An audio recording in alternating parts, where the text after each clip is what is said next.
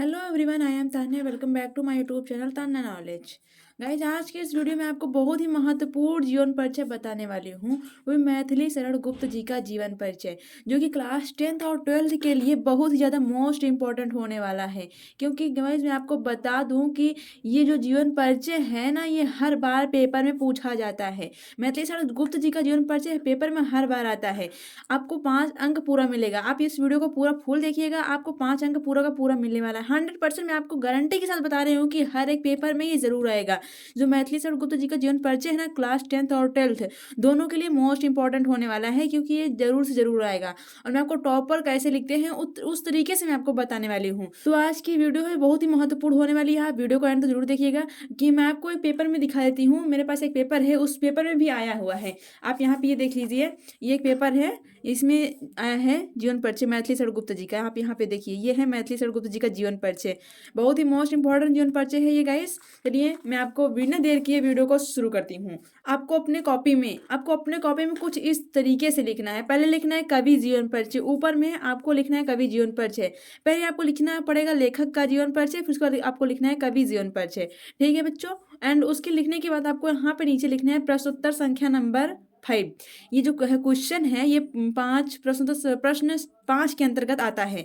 तो मैंने यहाँ पे लिखा है 5 का खा, क्योंकि खा में मैथिली शरण गुप्त जी थे। प्रश्नोत्तर संख्या नंबर 5 का खा, इतना लिखना है बच्चों आपको। फिर यहाँ पे मैथिली शरण गुप्त लिखना है, मैथिली शरण गुप्त, फिर जीवन परिचय। एंड साइड में आपको यहाँ पे साइड में संक्षिप्त परिचय लिखना है, छोटे में। संक्षिप्त परिचय में क्या आएगा बच्चों, मैं आपको बता दूं। संक्षिप्त परिचय में आपको लिखना है जन्म 1886 में हुआ था, जन्म स्थान चिरगांव झांसी में, पिता का नाम सेठ रामचरण गुप्त, भाषा इनकी खड़ी बोली थी, इनकी मृत्यु हो गई थी 21 दिसंबर 1964 ईस्वी को। इनकी मृत्यु हो गई थी 21 दिसंबर 1964 ईस्वी को। रचनाएं इनकी हैं बता दूं बच्चों, रचनाएं जो हैं बहुत ही महत्वपूर्ण रचनाएं इनकी, साकेत, भारत भारती, यशोधरा आदि बहुत सारी इनकी रचनाएं हैं। ठीक है, आइए हम जीवन परिचय को देखते हैं, इनकी जीवन परिचय कैसे हैं। आपको यहाँ पे डालना है जीवन परिचय, एंड आपको लिखना कैसे है।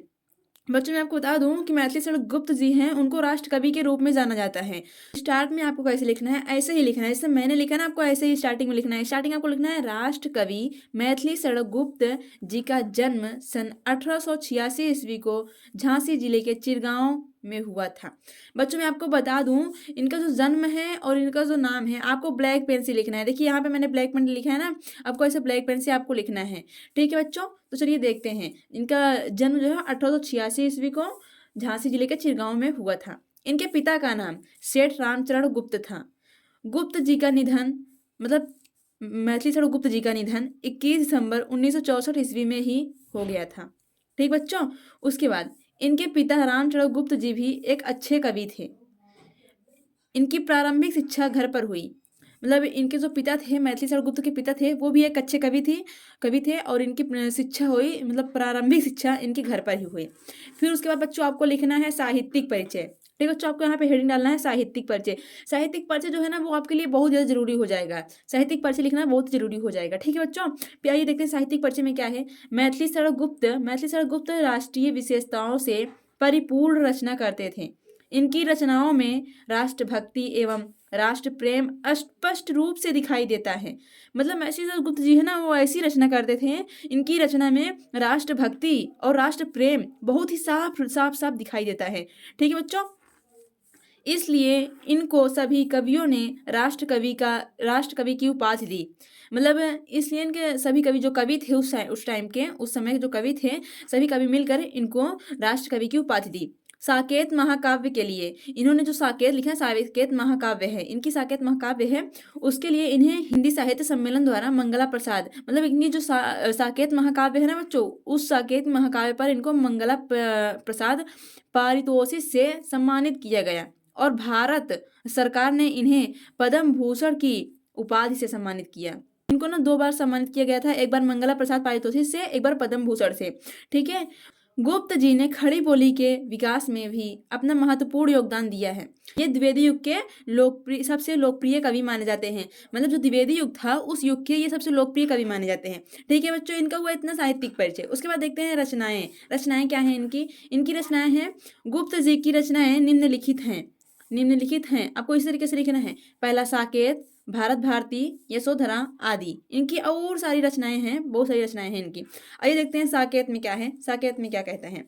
ठीक है, साकेत यह उत्कृष्ट महाकाव्य है जो रामचरितमानस के बाद राम काव्य का प्रमुख स्तंभ है। ठीक है बच्चों, इस जो इनका साकेत महाकाव्य है ना, जो रामचरितमानस था उसके बाद ये महाकाव्य बहुत ही प्रमुख स्तंभ है। इसमें बहुत ही मतलब इसमें भी राम की कथाएं की गई हैं।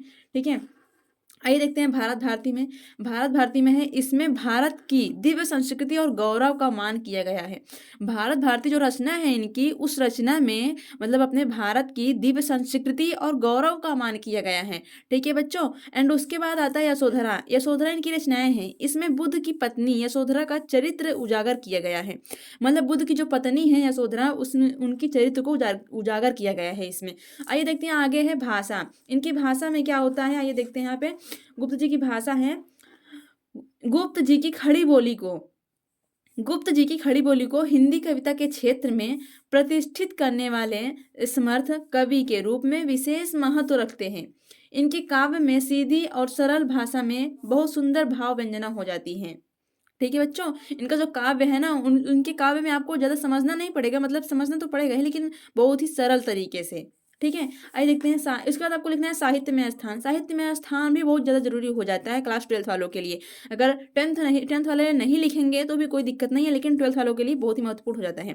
ठीक है बच्चों, साहित्य में स्थान, इसमें क्या लिखा गया है, राष्ट्र कवि मैथिली शरण गुप्त आधुनिक हिंदी के सर्वाधिक लोकप्रिय कवि रहे हैं। इन्होंने राष्ट्र को जगाया और उसकी चेतना को वाड़ी दी। ये रहा मैथिली शरण गुप्त जी का जीवन परिचय। अगर आपको जीवन परिचय समझ में आया हो अच्छे तरीके से तो वीडियो को एक लाइक कर दीजिए एंड चैनल को सब्सक्राइब करना ना भूलिएगा।